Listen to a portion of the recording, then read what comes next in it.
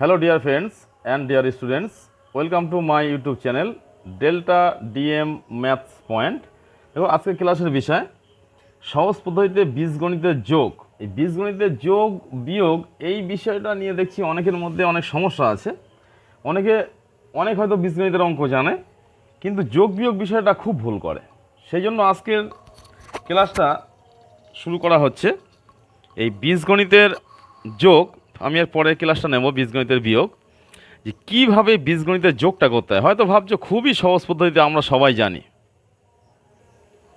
কিন্তু বিষয়টা সহজ ঠিকই, কিন্তু অনেকেই ভুল করে। 95% স্টুডেন্টসরা এটা ভুল করে থাকে। আমি আপাতত ক্লাস সেভেনের এই যে চ্যাপ্টারটা আছে, দেখো চ্যাপ্টার 6.2, এই 6.2-এর এই 4-এর দাগ, এই 3-এর দাগ, এই 3-এর দাগের যে যোগগুলো আছে, এই পরে বিয়োগগুলো আছে, সরল আছে, এইগুলো পরস্পর করানোর মাধ্যমে তোমাদের বীজগণিতের যোগ বিয়োগ এই বিষয়টা আশা করছি ক্লিয়ার হয়ে যাবে। অনেক বীজগণিতের অঙ্ক সহজে করা যায়, কিন্তু যোগ বিয়োগটাই প্রতিটা অঙ্কে বীজগণিতের মধ্যে প্রায় এই যোগ বিয়োগ বিষয়টা থেকে যায়, আর এইখানটাতে গিয়ে সবাই ভুল করে। তো যাই হোক, অঙ্কটা শুরু করা যাক। তবে ক্লাস শুরুর আগে একটা অনুরোধ জানাচ্ছি, ভিডিওটা পুরো দেখবে, তাহলে অঙ্ক সম্পর্কে একটা ডিটেলস জ্ঞান অর্জন করতে পারবে, না হলে কিন্তু কিছুই হবে না। টোটালটা দেখবে কিভাবে জিনিসগুলো আমি লিখছি, পদগুলো কিভাবে বোঝাচ্ছি বিষয়টা। তো যাই হোক, দেখো এখানে কমা আছে, 3টে রাশি আছে এখানে, এই 3টে রাশির মধ্যে যোগ করতে হবে। প্রাথমিক কাজ কি? প্রাথমিক কাজ হলো, এটা 7-এর বই অনুযায়ী 3-এর দাগ হবে, ঠিক আছে। প্রাথমিক কাজ হচ্ছে এই কমার স্থানে একটা করে যোগ চিহ্ন বসিয়ে দাও, দিয়ে এলিমেন্টসগুলোকে পরস্পর বসিয়ে দাও।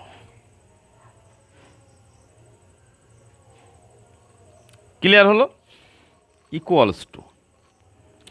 এইবারে কী করতে হবে? সমজাতীয় রাশি যেগুলো আছে সেগুলোর মধ্যে যোগ অথবা বিয়োগ করে নিতে হবে প্রথমে। সমজাতীয় মানে কি? এই দেখো, এখানে এ আছে, এখানে এ আছে, এখানে এ আছে, এইগুলো সমজাতীয়। আবার এখানে বি আছে, এখানে বি আছে, এইগুলো বি এর মধ্যে সমজাতীয়। তাহলে এখানে 3a আছে, মানে 3টে এ, এখানে 2টো এ, 5টা এ, এখানে 5টা এ, তাই মোট কটা হলো এ? 10টা।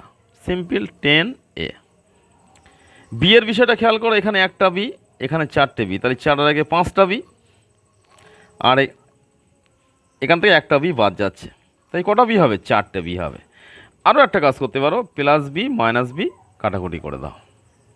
এখান থেকে 4b আছে, 4bটা পাশে বসিয়ে দিলাম। ক্লিয়ার হলো? এটাই কিন্তু অ্যান্সার। তাই কত সহজ পদ্ধতিতে সলভ করলাম। দেখো পরবর্তী অঙ্কটায় চলে আসছি। পরবর্তী অঙ্কটা কী আছে একটু ফলো করো। অঙ্কটা আছে 5a - 4, মানে 3-এর 2-এর দাগ, ক্লাস 7 3-এর 2-এর দাগ, 2a + 3 2a - 4। এটা যোগ করব কিভাবে? আগের সিস্টেম অনুযায়ী কমার স্থানে একটা করে যোগ চিহ্ন বসিয়ে দেব, জাস্ট সিম্পল বিষয়। কমায়ের স্থানে একটা করে যোগ চিহ্ন বসিয়ে দাও।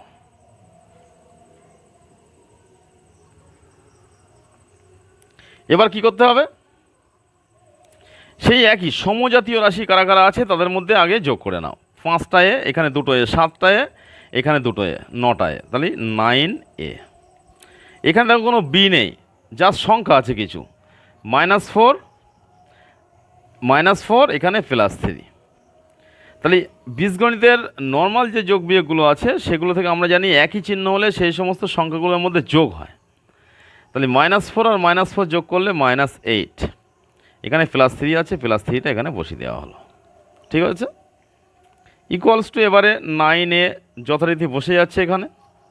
তাহলে -8 + 3 কত হবে?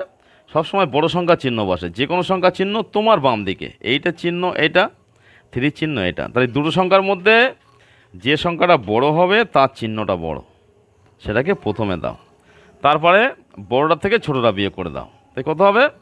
এখানে 5 হবে। তাই কত সহজে আমরা অ্যান্সারটা পেয়ে গেলাম। ক্লিয়ারলি এই বিষয়গুলো একটু সঠিকভাবে বুঝে থাকতে হবে, তাহলে অঙ্ক সম্পর্কে ডিটেলস একটা জ্ঞান অর্জন করতে পারবে। হ্যাঁ, পরবর্তী অঙ্কে চলে এসেছি। দেখো পরবর্তী অঙ্কটা কি আছে, ফলো করো। পরবর্তী অঙ্কটা হচ্ছে 6a² + 7a + 3 কমা, তাহলে কি বলেছি, সিস্টেম অনুযায়ী কমার স্থানে একটা করে যোগ চিহ্ন দিতে হবে। ইকুয়ালস টু সাইন দিয়ে 6a² + 7a + 3, একদম সিম্পল, কোনো রকমভাবে দুশ্চিন্তা করার দরকার নেই, একদম সিম্পলভাবে শিখে যাবে। এই কমার স্থানে যোগ চিহ্ন দিলাম, দিয়ে এখান থেকে এই পর্যন্ত পাঠিয়ে দেবো 9a² - 2a + 7। এই কমার স্থানে যোগ চিহ্ন দেব 4a² - 2a + 9। জাস্ট কমার স্থানে একটা করে যোগ চিহ্ন দিয়ে সমস্তগুলোকে পরস্পর পাঠিয়ে দিলাম। এবারে কি বলেছি, বলেছি সমজাতীয় যে সমস্ত রাশিগুলো আছে সেই সমস্ত রাশিগুলোর আগে সেই সমস্ত রাশিগুলো যোগ করতে হবে, সেই সমস্ত রাশিগুলোর মধ্যে যোগ অথবা বিয়োগ। সমজাতীয় বলতে একই রকম, a², এখানে a², তাই বলে কিন্তু এই a² সাথে 7a যোগ বা বিয়োগ কোনোটাই হবে না, অথবা এই a² সাথে এই 3টা যোগ বিয়োগ কোনোটাই হবে না, কারণ এটা a² টার্ম আছে, এটা শুধু এখানে খালি সংখ্যা আছে। তাহলে এখানে 6টা a² আছে, এখানে 9টা আছে, 9 আর 6 15টা a², আর এখানে 4টে আছে, তাহলে 15 আর 6 কত, 19a²। যেগুলো হয়ে যাবে ছোটো করে একটা দাগ নিচে বসিয়ে দেবে, তাহলে তোমার ক্যালকুলেশন করতে সুবিধা হবে। এখানে 7a আছে, এখানে -2a, এখানে -2a। তাহলে বলেছি একই জাতীয় রাশি মানে একই চিহ্ন থাকলে সেই সংখ্যাগুলোর মধ্যে যোগ করতে হয়। তাহলে আমি 7aটা যেহেতু এখানে প্লাস সাইন আছে, এখানে মাইনাস সাইন আছে, তাহলে আমি এখানে 7aটা রেখে দিচ্ছি। একসাথে ক্যালকুলেশন করা যায় তোমাদের বোঝার সুবিধার জন্য। এই দুটো যেহেতু একই চিহ্ন আছে, তাহলে এই দুটোর মধ্যে কী করতে হবে, যোগ করতে হবে। তাহলে 4a।